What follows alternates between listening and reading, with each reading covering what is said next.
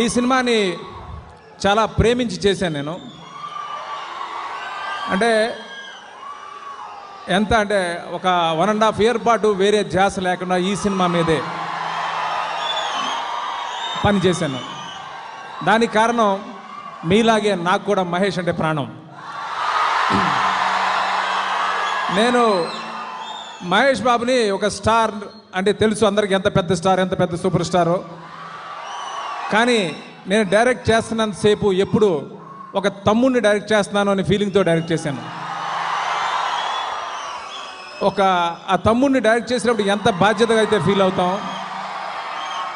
అంత బాధ్యతగా ఈ సినిమాకి పనిచేశాను.